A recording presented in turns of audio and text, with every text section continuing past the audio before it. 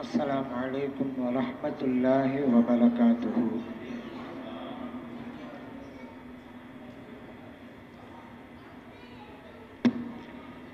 الحمد لله رب العالمين، والصلاة والسلام على سيدنا محمد وعلى آله وصحبه أجمعين.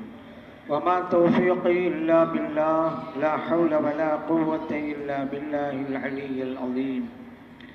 سبحانك لا علم لنا إلا ما علمتنا إنك أنت العليم الحكيم. புனிதம் நிறைந்த இந்த திருக்குர்ஆன் மாநாட்டின் தகுதிமிக்க தலைவர், இப்பள்ளிவாசலின் மரியாதைக்குரிய தலைமை இமாம் ரஷாதி ஹலரத் பெருந்தகை அவர்களே, எனக்கு முன்பு வரவேற்புரை ஆற்றிய சென்னை மாவட்ட ஜமாஅத்தின் உலமாவுடைய போற்றுதலுக்குரிய பொருளாளர் ஜமாலி ஹலரத் அவர்களே, மரியாதைக்குரிய சென்னை மாவட்ட முன்னாள் தலைவர் ஹலரத் பெருந்தகை அவர்களே, இந்நிகழ்விற்கு வருகை புரிந்து இந்நிகழ்வை சிறப்பித்துக் கொண்டிருக்கக்கூடிய கண்ணியத்திற்குரிய உலமா பெருமக்களே, அன்பார்ந்த பெரியோர்களே, இளைஞர்களே, சிறார்களே, தாய்மார்களே, சகோதரிகளே, சிறப்புமிக்க இந்த நிகழ்விற்கு ஏற்பாடு செய்திருக்கின்ற போற்றுதலுக்கும் பாராட்டுதலுக்கும் உரிய அன்பர்களே, புனிதமான நிகழ்வில் நம்மையெல்லாம் பங்களிக்க செய்து நல்லதை சொல்லவும் கேட்கவும் வாய்ப்பளித்த எல்லாம் வல்ல இறைவனை போற்றி புகழ்ந்து எனதுரையை தொடங்குகின்றேன். அல் குர்ஆனும் அஹ்மது நபியும் என்கின்ற தலைப்பின் கீழ் ஒரு சில கருத்துக்களை உங்களுக்கு மத்தியிலே பரிமாறிக்கொள்ளலாம் என்று விளைகின்றேன். அஹ்மத் என்கின்ற சொல் கண்மணி நாயகம் ஸல்லல்லாஹு அலைஹி வஸல்லம் அவருடைய திருப்பெயர் குர்ஆனிலே ஒரு இடத்தில் இடம்பெற்றிருக்கிறது. ஈசா அலைஹிஸ்ஸலாம் அவர்கள் தங்களுடைய கூட்டத்தினருக்கு கூறுகிறார்கள், அதை இறைவன் குர்ஆனிலே சொல்லி காட்டுகிறான். முபஷ்ஷிரன் பிரசூலின் யஅதி மின் பஅதி, எனக்கு பிறகு ஒரு திருத்தூதர் வருவார்கள், இஸ்முஹு அஹ்மத், அவருடைய பெயர் அஹ்மதாக இருக்கும் என்று ஈசா அலைஹிஸ்ஸலாம் அவர்கள் அவருடைய சமூகத்தினருக்கு சொல்லி காட்டியதை இறைவன் குர்ஆனிலே இடம்பெற வைக்கிறான். அஹ்மது என்றால் இறைவனை அதிகம் புகழ்பவர் என்பதாகும். நபி ஸல்லல்லாஹு அலைஹி வஸல்லம் அவர்களுக்கு முஹம்மத் ஸல்லல்லாஹு அலைஹி வஸல்லம் என்கின்ற பெயரும் உண்டு. முஹம்மது என்றால் புகழப்பட்டு கொண்டே இருப்பவர்கள் என்பது பொருளாகும். அஹ்மது என்பது குர்ஆனிலே ஒரு இடத்தில் இடம்பெற்றிருக்கிறது. முஹம்மத் என்கின்ற வார்த்தை குர்ஆனிலே 4 இடங்களில் இடம்பெற்றிருக்கிறது. அந்த முஹம்மத் என்கின்ற வார்த்தையிலே 4 எழுத்துக்கள் உண்டு. எழுத்துக்கள் 4, குர்ஆனிலும் 4 இடங்கள். முஹம்மது ஸல்லல்லாஹு அலைஹி வஸல்லம் அவர்களை பற்றி இறைவன் சொன்னான், அன் நபியு அவுலா பில் முஃமினீன மின் அன்ஃபுஸிஹிம், நபிகள் நாயகம் ஸல்லல்லாஹு அலைஹி வஸல்லம் அவர்கள் மூமின்களுக்கு அவர்களுடைய உயிரை விடவும் மேலானவர்களாக இருக்கிறார்கள். இதிலே 2 செய்திகள். ஒன்று, மூமின்கள் என்றால் தங்கள் உயிரை விடவும் மேலாக கண்மணி நாயகம் ஸல்லல்லாஹு அலைஹி வஸல்லம் அவர்களை மதிக்க வேண்டும்.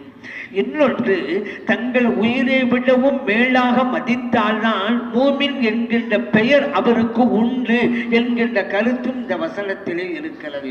அஹ்மது என்கின்ற சொல் எழுதி பார்த்தால் ஆச்சரியமாக இருக்கும். தொழுகையின் நிலைகளை அந்த அஹ்மத் என்ற வார்த்தையிலே பார்க்கலாம். பாருங்கள், அஹ்மத், அலிஃப், ஹா, மீம், தால், தொழுகையினுடைய நிலைகள் அந்த வார்த்தையிலே இருக்கிறது. தொழுகையிலே நிற்றல், பிறகு குனிதல், பிறகு சிரம் பணிதல், அதற்கு பிறகு அத்தஹியாத்திலே அமர்தல். இந்த 4 நிலை பாருங்க. இப்ப தொழுகையில நிற்கிறோம், அஹ்மதில உள்ள அலிஃப் அதுதான் நிற்றல். அப்புறம் குனியல், ருக்குக்கு போறோம், ஹா ருக்கு மாதிரியே தான் இருக்கும். அப்புறம் மீமு, சஜிதாவுடைய தலையை கொண்டு போய் வைக்கிறோம்ல, அதுதான் அஹ்மதுல உள்ள மீமு. அப்புறம் அத்தஹியாத்திலே உட்காருவது தால். அத்தியாயத்தில் ஒரு நாள் உட்கார்ந்தா எப்படி இருக்கும், அந்தமா இருக்கும் தால். இறைவன் இங்கே அஹ்மதிலே தொழுகையை அமைத்தான். ரெண்டு விதமா சொல்லுவாங்க. தொழுகையிலே அகமதை அமைத்தான், அகமதிலே தொழுகையை அமைத்தான். எது சரி அப்படின்னு பார்த்தா அகமதிலே தொழுகையை அமைத்தான் என்பதுதான் சரியாகும். அதாவது அகமதின் வடிவத்திலே தொழுகையை அமைத்து வைத்திருக்கிறான். காரணம், அகமதி என்பது முந்தியது, தொழுகை என்பது பிந்தியது. நபி ஸல்லல்லாஹு அலைஹி வஸல்லம் அவருடைய பெயர் அகமது முந்தின வேதங்களில் எல்லாம் உண்டு. ஆனால் நபி ஸல்லல்லாஹு அலைஹி வஸல்லம் அவர்களுக்கு தொழுகை வந்தது மேராஜுடைய இரவுல பிந்திதான். ஆகவேதான் அகமதின் வடிவத்திலே தொழுகையை அமைத்தான். அந்த அளவிற்கு சிறப்பு பொருந்தியதாக அந்த வார்த்தை இருக்கிறது. இறைவன் சொன்னான், நபி அவர்களை உங்களுடைய புகழை நாம் உயர்த்தி விட்டோம் என்கிறான். அப்படியானால் நாம் அவர்களை இப்பொழுது புகழ்கிறோமே மீளாத நபி அப்படிங்கிற பேரில், அதே போல் மௌலிது ஷரீஃப் ஓதி அவங்கள புகழ்றோமே. இறைவனே உயர்த்தியதற்கு பிறகு நாம் அவர்களை புகழ்ந்து உயர்த்த போகிறோமா? இல்லை. அப்படியானால் நாம் ஏன் அவர்களை புகழ்கிறோம் என்றால் அதன் மூலம் நமக்கு நாம் புகழை சேர்த்து கொள்வதற்காகத்தான். எப்படின்னு கேட்டா, அத்தர் இருக்கிறது, அத்தரிலே மனமும் இருக்கிறது. அத்தரை பூசிக்கொண்டால், உடையிலே பூசிக்கொண்டால் உடை மணக்கும், பூசவில்லையானால் உடைக்கு மனமில்லை. அத்தரில் இருக்கிற மனம் அதில் இருந்து கொண்டுதான் இருக்கும். சந்தனம் இருக்கிறது, சந்தனத்திலே மனம் இருக்கிறது. அந்த சந்தனத்தை உடம்பிலே பூசினால் உடம்பு மணக்கும், பூசவில்லையானால் உடம்புக்கு மனம் இல்லை. ஆனால் சந்தனத்தில் இருக்கிற மனம்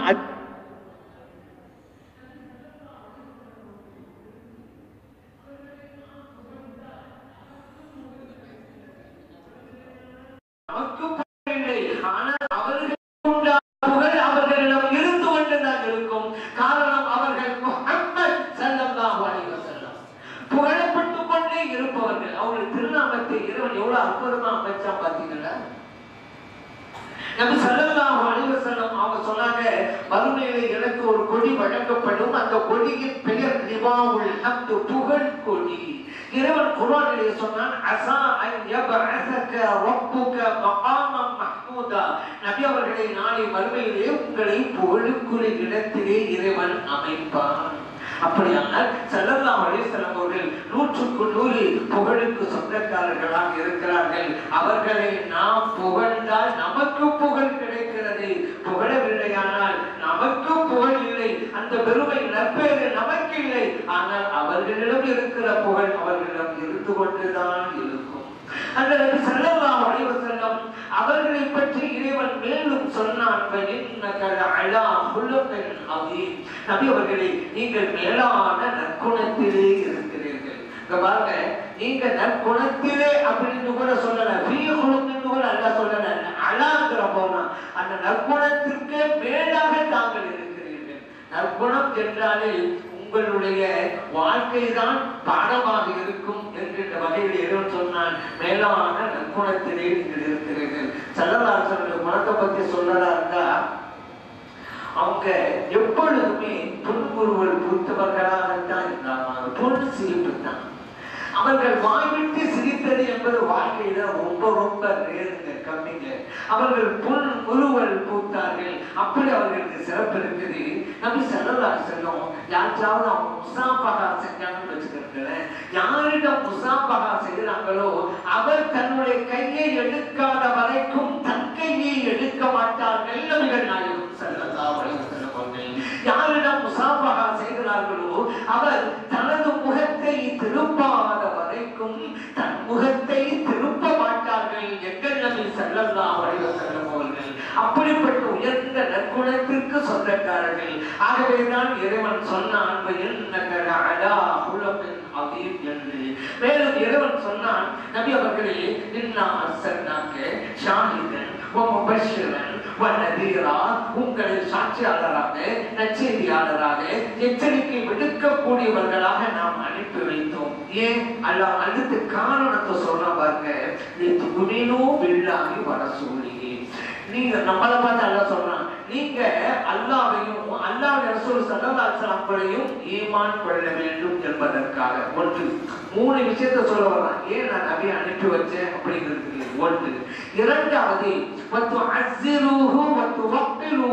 நபி ஸல்லல்லாஹு அலைஹி வஸல்லம் அவர்களை நீங்க கண்ணியப்படுத்தணும், அவர்களுக்கு மரியாதை செய்யணும். மூன்றாவது இறைவன் சொன்னான்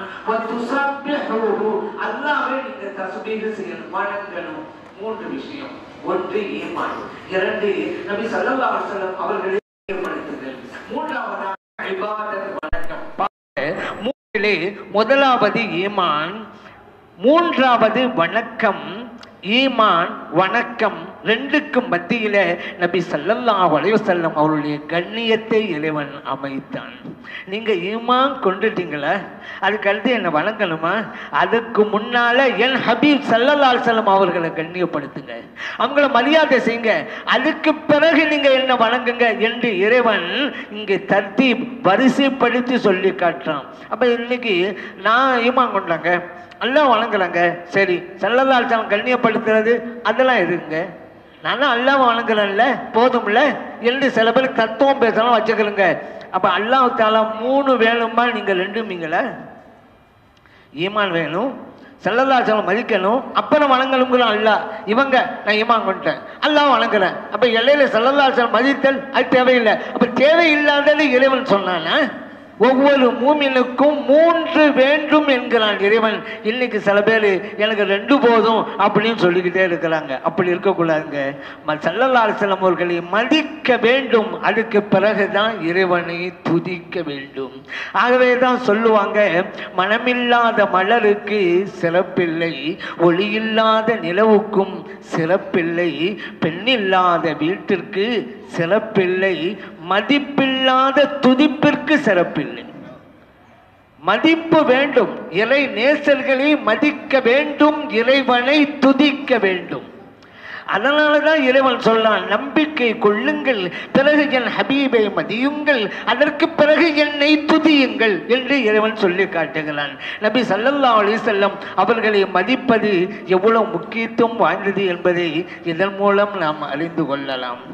நபி ஸல்லல்லாஹு அலைஹி வஸல்லம் அவர்களை மஹப்பத்து வைக்கணும் அல்லவா? இந்த மஹப்பத்துங்கிறது எப்படி? இன்னைக்கு சில பேர் மஹப்பத்து மஹப்பத்துன்னு சொல்றாங்க. என்ன மஹப்பத்து? சில பேர் மஹப்பத்து என்னன்னு புரியாம இருக்கிறாங்களே. ஒரு நாள் கவலையா இருந்தாலுங்க, அவங்கள நண்பர் கேட்டார், ஏன்பா கவலையா இருக்கல? இல்லை, என் மனைவி மேல நான் எவ்வளவு மஹப்பத்து வச்சிருக்கேன், ஆனா என் மனைவி என்னுடைய மஹப்பத்தை புரியாம இருக்கிறாங்க, அதான் எனக்கு கவலையா இருக்குது. அப்படி என்னப்பா? என் மனைவி என்னட்ட தண்ணி வேணும்பாங்க, நான் இளநீரை வாங்கி கொடுப்பேன். பசிக்குது சாப்பாடு வேணும்பாங்க, நான் பிரியாணி வாங்கி கொடுப்பேன். அப்படி நான் பிரியமா இருந்தேன். ஆனா ஒரு நாள் என் மனைவி என்னை பார்த்து சொல்லிட்டா, ஏங்க நான் எப்போ பார்த்தாலும் நான் ஒன்று உங்கள்கிட்ட கேட்குறேன், நீங்கள் வேற ஒன்றை வாங்கிட்டு வர்றீங்க, உங்களுக்கு காது செவிடான்னு கேட்டுவிட்டாங்க. எனக்கு அதை தான் தாங்கவே முடியலை அப்படின்றாரு. அப்போ இந்த ஆள் எவ்வளோ மஹப்பத்து வைக்கிறாரு, அந்த மஹப்பத்தை என்னென்று புரியலை அவங்களுடைய மனைவி. அப்படி இருக்கிறாங்க. நபி ஸல்லல்லாஹு அலைஹி வஸல்லம் அவர்களை மதிக்க வேண்டும் என்பதை இறைவன் குர்ஆனிலே சொல்லி காட்டுகிறான். யா அய்யுஹல்லதீன ஆமனு, இறை நம்பிக்கையாளர்களே, லா தர்ஃபஉ அஸ்வாத்தக்கும் ஃபௌக ஸௌத்தின் நபி, நபி ஸல்லல்லாஹு அலைஹி வஸல்லம் அவர்களுடைய சப்தத்திற்கு மேலாக உங்கள் சப்தத்தை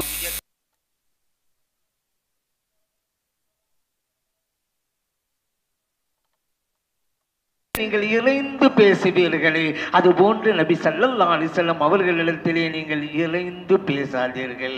மீறி செய்தால் அன்தஹ்பத அமாலுக்கும், உங்கள் வணக்கங்கள் அனைத்தும் அழிந்து போய்விடும் என்கிறான். காரணம் அவமரியாதை. ஸல்லல்லாஹு அலைஹி வஸல்லம் அவருடைய சபையிலே சத்தமிட்டு பேசுவது அவர்களை அவமரியாதை செய்வது.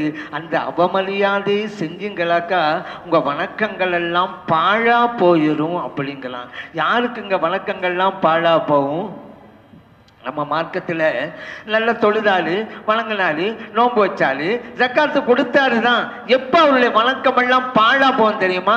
இஸ்லாம் என்கிற வட்டத்தை விட்டு வெளியேறினால் அவருடைய வணக்கங்கள்லாம் அழிந்து போய்விடும்.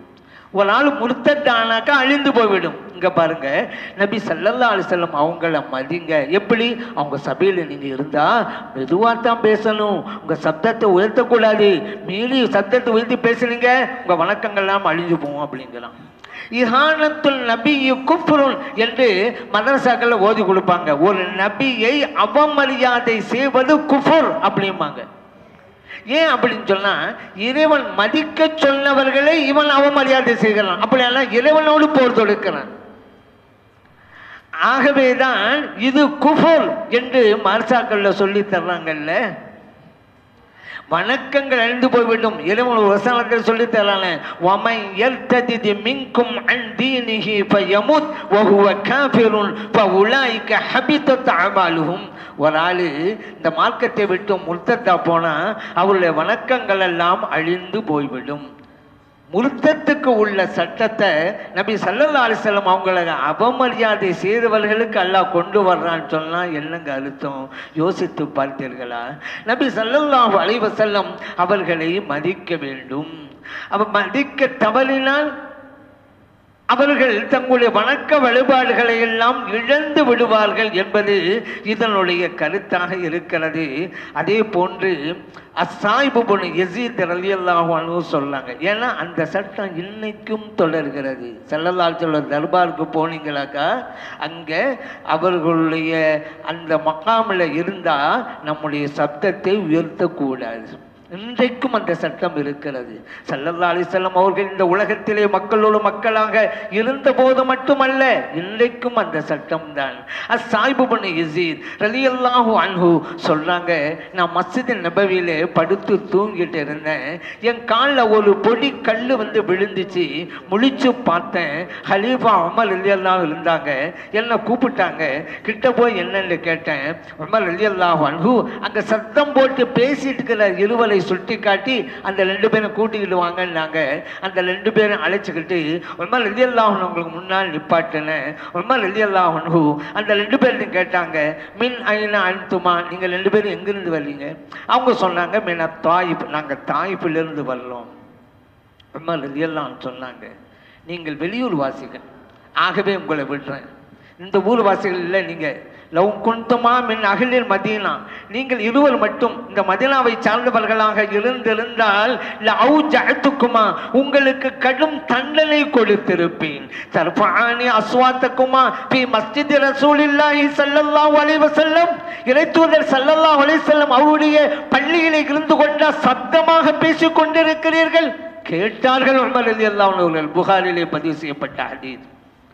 ஸல்லல்லாஹு அலைஹி வஸல்லம் அவர்களுக்கு முன்னால மெதுவா பேசணுங்கிற சட்டம் இன்றைக்கும் தான் தொடர்கிறது என்பதை ஹல்லரத்து உமர் ரலியல்லாஹு அன்ஹு அவர்கள் சொல்லி காட்டாங்க. ஸல்லல்லாஹு அலைஹி வஸல்லம் வீட்டுக்கு சஹாபா பெருமக்கள் போனா கதவை தட்டுவாங்கல்ல, அதை கூட வேகமாக தட்ட மாட்டாங்க. தங்களுடைய கையினால கூட தட்ட மாட்டாங்க. தங்களுடைய விரல்களாலும் கூட தட்ட மாட்டாங்க. தங்களுடைய விரல்களின் நகங்களால் தட்டுவாங்க கதவை. ஏன்னா மெல்லிய சப்தம் வேண்டும். விரலால் நம்ம அந்த கதவை அடிச்சா அதிக சத்தம் வந்துடுமே. ஸல்லல்லாஹு அலைஹி வஸல்லம் உடைய இடத்துல சத்தம் வரக்கூடாது என்பதில் மிகவும் துல்லியமாக கவனத்தோடு இருந்தவர்கள் தான் அந்த அருமை தோழர்கள். சரிங்க, இன்சல்ட் பண்ணக்கூடாது, அவமரியாதை செய்யக்கூடாது. ஒரு ஆள் நபி ஸல்லல்லாஹு அலைஹி வஸல்லம் இடத்துல சப்தத்தை குறைச்சிக்கிறாரு. ஏன்? மரியாதைக்காக. ஸல்லல்லாஹு அலைஹி வஸல்லம் இடத்துல சத்தம் போடக்கூடாது சொல்லிட்டான்ல, அதனால. அப்படி ஒருவர் இருந்தால் அவருக்கு என்ன வெகுமானம், அவருக்கு என்ன சன்மானம், அதையும் இறைவன் குர்ஆனிலே சொல்லி காட்டுகிறான். இன்னல்லதீன யகுல்லூன அஸ்வாத்தஹும் இன்த ரசூலில்லாஹ் உலாய்கல்லதீனம் தஹனல்லாஹு குலூபஹும் லித்தக்வா. அப்படி ஸல்லல்லாஹு அலைஹி வஸல்லம் மரியாதை செலுத்தி தங்களுடைய குரலை தாழ்த்தி கொண்டு விட்டால் அவருக்கு இறைவன் தக்வாவை பரிசாக கொடுக்கிறான். ஸல்லல்லாஹு அலைஹி வஸல்லம் உங்களை மதிச்சவங்களுக்குங்க அவமரியாதை செஞ்சா ஈமான் போயிடும், மரியாதை செஞ்சா தக்வா கிடைக்கும். அப்படியானால் இன்னைக்கு ஸல்லல்லாஹு அலைஹி வஸல்லம் அவங்களுக்காக மௌலிது ஓதணும், அவங்க மேல மஹப்பத்தை வச்சு. ஆனா இன்னைக்கு வஹாபி என்ன சொல்றாங்க? பித்அத்வாதிங்கிறாங்க. மஹப்பத்தை வெளிப்படுத்தி மௌலிது ஓதினால் பித்அத்வாதிங்கிறாங்க. ஆனா அல்லாஹு தஆலா ஸல்லல்லாஹு அலைஹி வஸல்லம் அவர்களை மதிச்சவங்கள தக்வாதாரிகள்ங்கிறான் குர்ஆன்ல. இவங்க சொல்றது வேற, அல்லாஹ் சொல்றது வேற. அல்லாஹ் என்ன சொன்னான்? தக்வாதாரிகள். ஏன்? ஸல்லல்லாஹு அலைஹி வஸல்லம் மதிக்கிறாங்கல்ல, குரலை தாழ்த்துக்கிட்டாங்கல்ல, சிலம் வந்தால தக்க வச்சுக்கிட்டு போங்கிறான் அல்லாஹ் தஆலா. குர்ஆனிலே சொல்லி காட்டுறாங்க இறைவன். அதே போல பாருங்க, இந்த சாபித் இப்னு கைஸ் ரலியல்லாஹு அன்ஹு சஹாபி, அவங்கள கொஞ்ச நாளா காணோம் மஸ்ஜித் நபவிக்கு. ஸல்லல்லாஹு அலைஹி வஸல்லம் என்ன எல்லாரும் இருக்காங்க, அவங்கள காணாமே.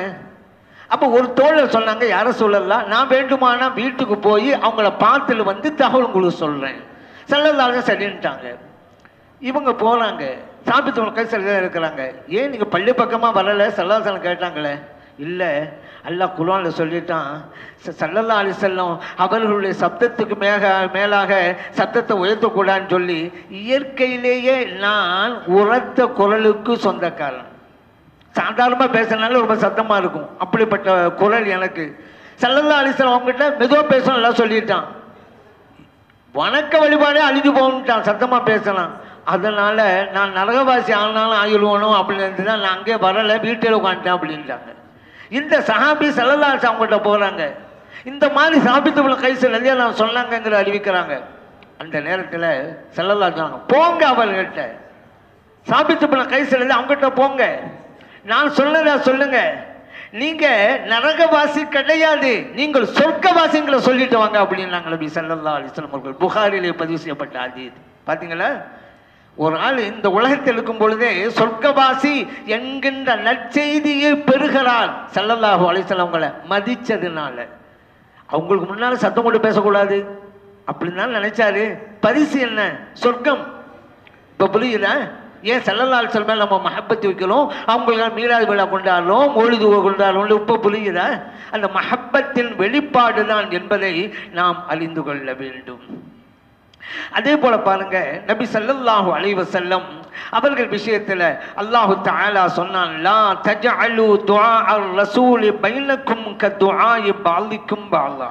நீங்க ஸல்லல்லாஹு அலைஹி வஸல்லம் கூப்பிடுறதா இருந்தா உங்களுக்கு மத்தியில் நீங்க கூப்பிடுவீங்கல்ல, ஒருவர் மற்றவரை கூப்பிடுவீங்கல்ல, அந்த மாதிரி கூப்பிடக்கூடாது என்று அல்லாஹ் தஆலா சொல்லிட்டான். நம்மளாம் எப்படிங்க கூப்பிடுவோம்? ஒரு ஆளை கூப்பிடுறோம், பேர் சொல்லி கூப்பிடுவோம், பேர் சொல்லி கூப்பிடாதுங்க. அதே போல ஒரு ஆள் கூப்பிடுவோம், சத்தமா கூப்பிடுவோம், அப்படி செய்யாதீங்க. பணிவோடு மென்மையாக குரலை தாழ்த்தி நபி ஸல்லல்லாஹு அலைஹி வஸல்லம் அவங்கள கூப்பிடுங்க. கூப்பிடுறது கூட எப்படி என்று இறைவன் நமக்கு ஒரு பாடமே நடத்துகிறான். இப்படிதான் ஸல்லல்லாஹு அலைஹி வஸல்லம் அவங்கள கூப்பிடுறது. இப்ப பேர் சொல்லி அழைக்க கூடாது. பாருங்க, அல்லாஹ் தஆலா குர்ஆனில் மற்ற நபிமார்களை எல்லாம் பெயர் சொல்லி அழைக்கிறான். அல்லாஹ் நினைச்சிருந்தா ஸல்லல்லாஹு அலைஹி வஸல்லம் அவங்களையும் பேர் சொல்லி கூப்பிட்டு இருப்பான். ஆனா அப்படி செய்யலை. ஏன்? இந்த உம்மத் எப்படி இருக்க வேண்டும் என்கிற பாடத்தை இறைவன் தனது செயலும் மூலமே சொல்லி காட்டுறான். ஆதம் அலைஹிஸ்ஸலாம் அவர்களை இறைவன் அழைத்த போது யா ஆதம், ஆதம் அவர்களே என்றான். இப்ராஹிம் அலைஹிஸ்ஸலாம் அவர்களை இறைவன் அழைத்த போது யா இப்ராஹிம் என்றான். நூ அலைஹிஸ்ஸலாம் அவர்கள் அழைத்த போது யா நூ. மூசா அலைஹிஸ்ஸலாம் அவர்களை அழைத்த போது யா மூசா. ஈசா அலைஹிஸ்ஸலாம் அவர்களை அழைத்த போது யா ஈசா என்று பெயர் சொல்லி அழைத்த இறைவன் நம் உயிரிலும் மேலான கண்மணி நாயகம் ஸல்லல்லாஹு அலைஹி வஸல்லம் அவர்களை பெயர் சொல்லி அழைக்கவில்லை. யா அய்யுஹர் ரசூல், ரசூல் அவர்களே என்று அழைத்தான். யா அய்யுஹல் நபி, நபி அவர்களே என்று கூப்பிட்டான். யா அய்யுஹல் முஸம்மில், யா அய்யுஹல் முத்தஸிர், துப்பட்டு போர்த்தியவர்களே என்று சொல்லி அழைத்தானே தவிர பெயர் சொல்லி அழைக்கவில்லை. இறைவன் நினைத்திருந்தால் அழைத்திருக்க முடியும். ஆனால் நமக்கு பாடம், நான் எப்படி ஸல்லல்லாஹு அலைஹி வஸல்லம் உங்களை கூப்பிட்டான் பார்த்தீங்களா? பேர் சொல்லி கூப்பிட்டானா? இல்லை இல்லை, நீங்களும் அப்படித்தான். ஸல்லல்லாஹு அலைஹி வஸல்லம் அவர்களை பேர் சொல்லி அழைக்காதீங்க. அடுத்து இப்போ நம்மளுக்கு கேள்வி வருது, பேர் சொல்லி அழைக்கக்கூடாதுன்னு சொல்லிட்டீங்களே, ரைட்டு. மௌலிதில் யா ஹபீபி யா முஹம்மதுன்னு நம்ம ஓதுவோம். யா முஹம்மதுன்னு வருத, யா முஹம்மது கூப்பிடக்கூடாது. ஆனால் மௌலிதில் யா ஹபீபி யா முஹம்மதுன்னு நம்ம படிக்கலாமே, அது என்னது? அங்கே யா ஹபீபி எனது நேசரவர்களே, யா முஹம்மத் புகழப்பட்டு கொண்டே இருப்பவர்களே, அந்த மீனிங்கில் சொல்கிறோம் யா முஹம்மத். முகமதுக்கு அர்த்தம் என்ன? போலப்படுவது தானே, அந்த அர்த்தத்தில் சொல்கிறாங்க யா முஹம்மத் அப்படின்னு. அது மட்டுமல்ல, அந்த முஹம்மத் என்கின்ற வார்த்தையை சொல்லுவதால் நமது நாவு நற்பேறு பெறுகிறது, பரக்கத்தை பெறுகிறது, அதன் மூலம் பல பலன்களும் நமக்கு கிடைக்குது. அது உதாரணம் சொல்லவா? ஸல்லல்லாஹு அலைஹி வஸல்லம் அவங்கள்ட்ட ஒரு கண் தெரியாத சஹாபி வந்தாங்க. யாரை சொல்லலாம், எனக்கு கண் பார்வை வேணும். அப்படியா, சரி போய் தொழுதுட்டு வாங்க, ஒது செஞ்சுட்டு வாங்க, தொழுதுட்டு வாங்க. வந்த பிறகு ஒரு துவாவை சொல்லிக் கொடுக்குறாங்க. அந்த துவாவில் யா முஹம்மத் அப்படிங்கிற வார்த்தையை சொல்லிக் கொடுக்குறாங்க. இன்னி தவஜ்ஜஹது பிக முஹம்மத் ஸல்லல்லாஹு அலைஹி வஸல்லம் அவர்களே, உங்கள் மூலம் என் இறைவனை நான் முன்னோக்கினேன் என்பது அதோடைய அர்த்தம். ஏன் யா முஹம்மது சொல்லிக் கொடுக்கணும்? அந்த சஹாபி சொன்னாங்க, அந்த இடத்திலே கண் பார்வை கிடைத்தது. இப்னு மாஜாவிலே பதிவு செய்யப்பட்ட ஹதீஸ். ஸல்லல்லாஹு அலைஹி வஸல்லம் உங்களுக்கு எத்தனையோ திருநாமங்கள் இருக்க, ஏன் முஹம்மதுன்னு சொல்லிக் கொடுத்தான் தெரியுமா? அந்த வார்த்தையை சொன்னால் கிடைக்கிற பலன் அவ்வளவு உச்சகட்டமான வார்த்தை முஹம்மது என்பது. அதை சொல்வதற்குண்டான நற்பாக்கியம் நம் நாவுக்கு கிடைக்க வேண்டும். ஆகவேதான் அந்த வார்த்தையை சொல்லிக் கொடுத்தாங்க. ஸல்லல்லாஹு அலைஹி வஸல்லம் அவங்களுடைய திருநாமங்கள் எவ்வளவு உண்டு? அஸ்ஸாதிக்குல் அமீன் இருக்குதுல்ல, அய்யுஹன் நபி இருக்குதுல்ல, ரசூல் இருக்குதுல்ல, அதை சொல்லாம யா முஹம்மது ஏன் சொல்லிட்டாங்க? அந்த வார்த்தையை சொல்லுங்கள், அதன் பரக்கத்தால் உங்களுக்கு பார்வை கிட்டும் என்கிறதுனால தான் கிடைச்சிருச்சுல.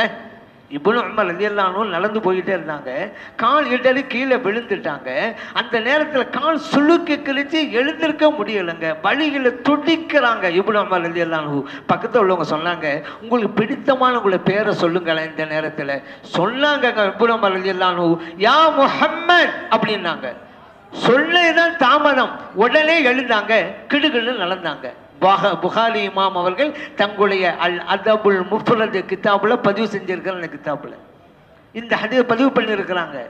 ஏன் யா முஹம்மது என்று சொன்னால் அதற்குண்டான ஒரு பழக்கத்துக்கு. இன்னும் என்ன தெரியுமா, சில வார்த்தைக்கு ரெண்டு பொருள் இருக்கும்.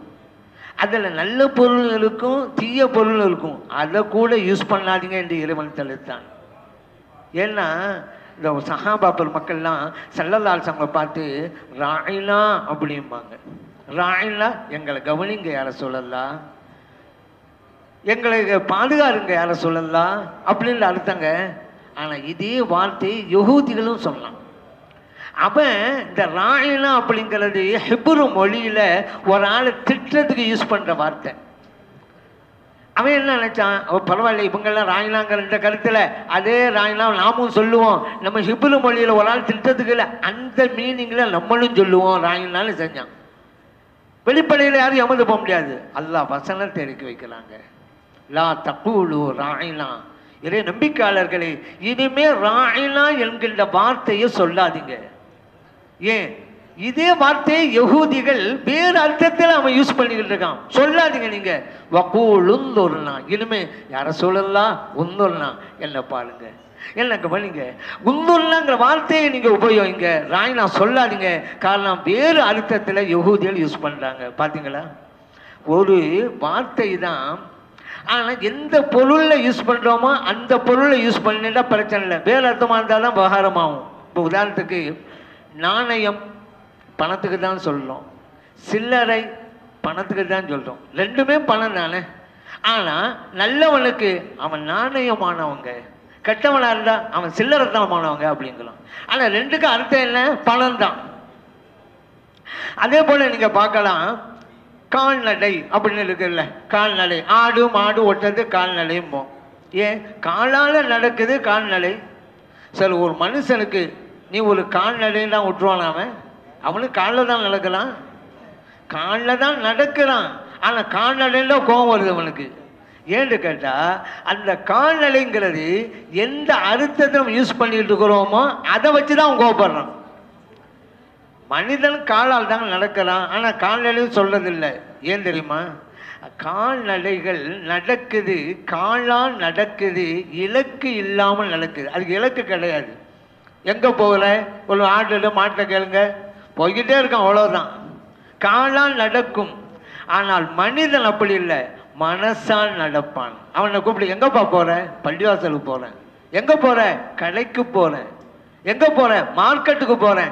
ஒரு இலக்கு வச்சு போவான். மனசால் நடப்பவன் மனிதன், காலால் நடப்பது கால்நடை. இப்ப அதனாலதான் ஒரு மனுஷனை பார்த்து கால்நடை கோபம் வரும். ஏன், நான் என்ன இலக்கு இல்லாம நல்லது வாழ்ந்துகிட்டு இருக்கிறேன், எனக்கு ஒரு லட்சியம் இருக்குது இல்லை, போனா வந்தா லட்சியத்தோடு போறேன் அப்படிங்கிறதுனாலதான் அவனை பார்த்து கால்நடை இருந்தா கோபம் வரும். ஆனா அவனுக்கு காலால் தான் நடக்கிறான், அதுல பிரச்சனை இல்லை. எந்த பொருள் நம்ம யூஸ் பண்ணுறோங்கிறது தான். இப்போ ஒரு ஆளை பார்த்து இவர் பசு மாதிரிங்க அப்படின்ட்டா ரொம்ப சந்தோஷப்படுறாரு.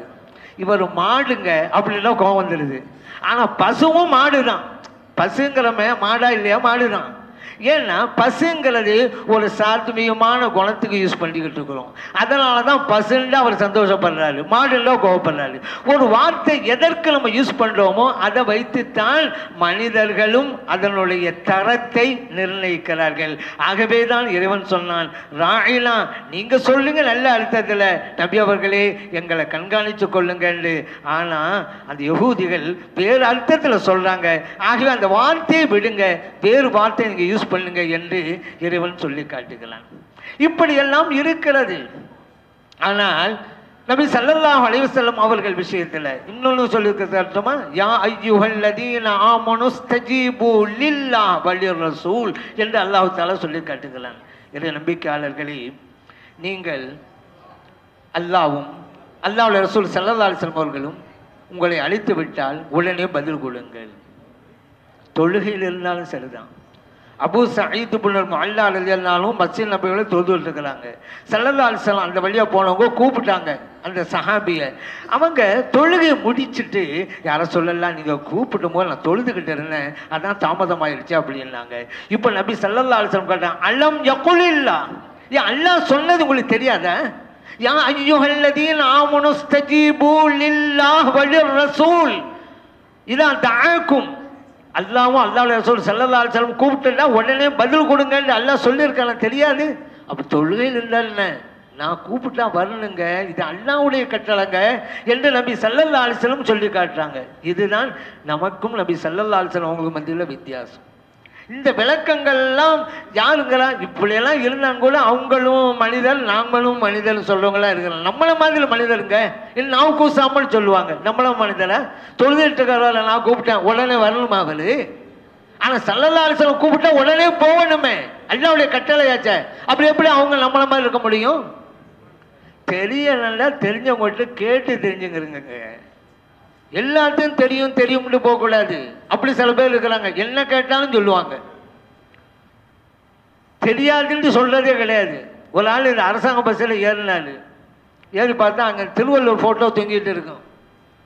பக்கத்தில் உள்ளவங்கள்ட்ட கேட்டாங்க, இவருக்கு தெரியலை யாரோட ஃபோட்டோன்னு தெரியல. ஏன்னா மழைக்கு கூட பள்ளிக்கூடத்தை ஒதுங்காத ஆள் இவர், யாருன்னு தெரியலை. பக்கத்தில் உள்ள கேட்டார், ஏங்க இது யாருடைய ஃபோட்டோங்கன்னாரு. அவனுக்கும் தெரியலைன்னு சொல்லலாம்ல. தெரிஞ்ச மாதிரி பதில் சொன்னான், இது பஸ் ஓனருடைய ஃபோட்டோ அப்படின்னு. அவன் அடுத்து கேட்டாலே, ஏங்க இவர் ஃபோட்டோவில் ரொம்ப கவலையாக உட்கார்ந்துட்டு இருக்கிறாரு. அதுக்கு விளக்கம் கொடுக்கலாம், பஸ் நஷ்டத்தில் ஓடுதான் அப்படிங்கலாம். அது தெரியாதுன்னு சொல்றதே இல்லை.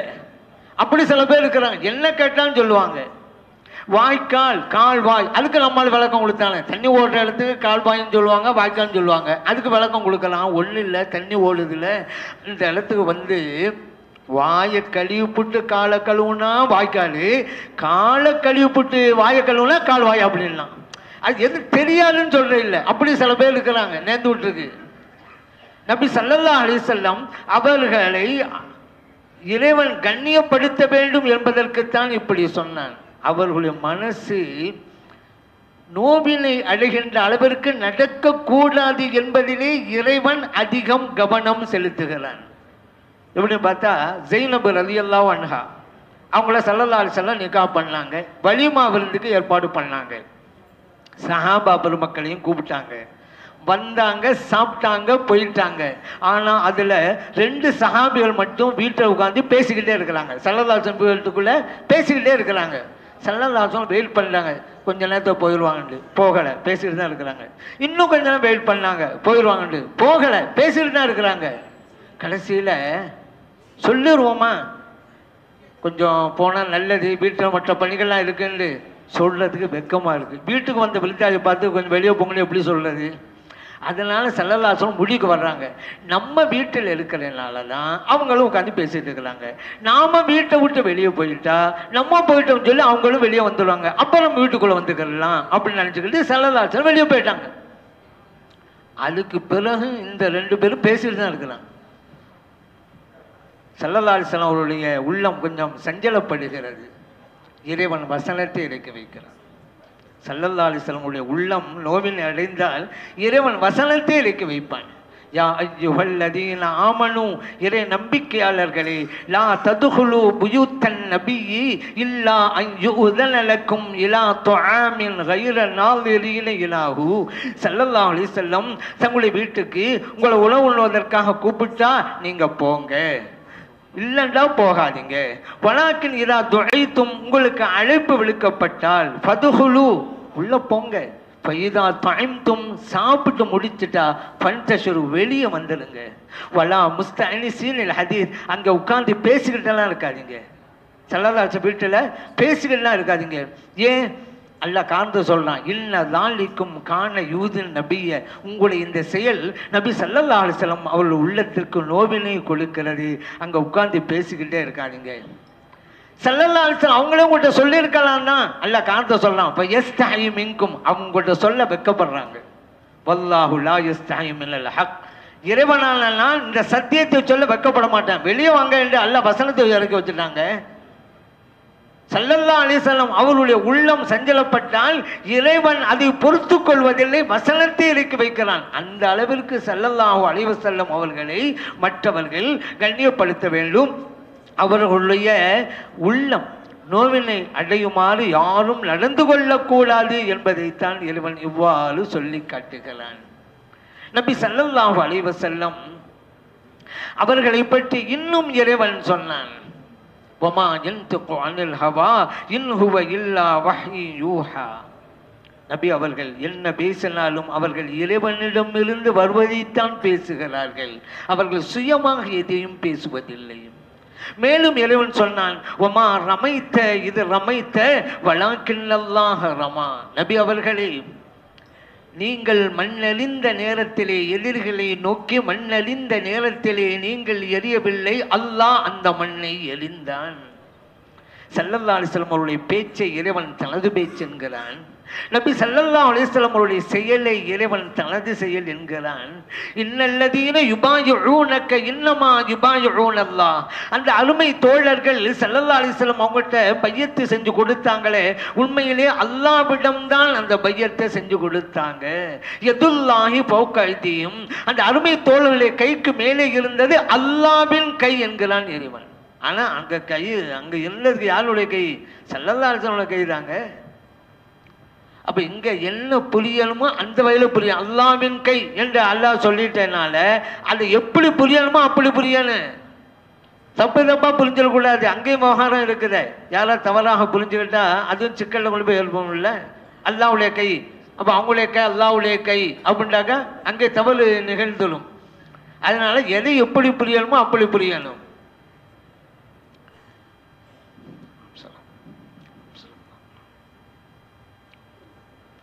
ஏன்னா சில இடங்களில் எழுதப்பட்டிருக்கும், அது பொருள் என்னன்னு பார்த்து தான் நம்ம புரியணும். நாம ஒன்றும் புரிஞ்சக்கூடாது, அது சிக்கல் ஏற்படுத்தணும். ஒரு ஆள் திருடினாங்க, ஒரு ஜவுளி கடையில் தான் திருட போனான். ஒரு தடவை இல்லை, திரும்ப திரும்ப அவன் திருடிக்கிட்டே இருந்தான். ஒரு நாள் மாட்டிக்கிட்டான், குற்றவாளிக்குள்ள நிப்பாட்டியாச்சு. இவர் கேட்டாரு, நீதிபதி, ஏன்பா திருடின பல தடவை திருடின, ஒரே கடையில் தான் போய் திருடணுமா? அதுக்கு அவன் சொன்னான், நிஜமா முதல் தடவை அந்த கடைக்கு போனேன், இருக்க ஜாமான்லாம் எழுத்துக்கள் வெளியே வந்தேன், வாசலில் எழுதிருந்துச்சு நன்றி மீண்டும் வருக, அதனால தான் நான் திரும்ப அங்கே போனேன் அப்படின்ட்டான். அதில் நன்றி மீண்டும் வருக எழுதப்பட்ட உண்மைப்பா, உனக்கா எழுதி வச்சாங்க? வந்து திருடி போட்டு எழுதி வச்சாங்களா? வாடிக்கையாளருக்கு எழுதி வச்சாங்க.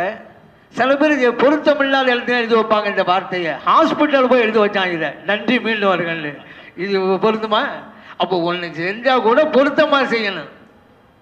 அந்த மாதிரி சரி, இங்க நபி ஸல்லல்லாஹு அலைஹி வஸல்லம் அவர்களை எவ்வாறு மதிக்க வேண்டும் என்பது அல்லாஹ் தனது கை என்கிறான். அங்கே அருமை தோழர்களை கைகளுக்கு மேலே இருந்தது எனது கை என்கிறான்.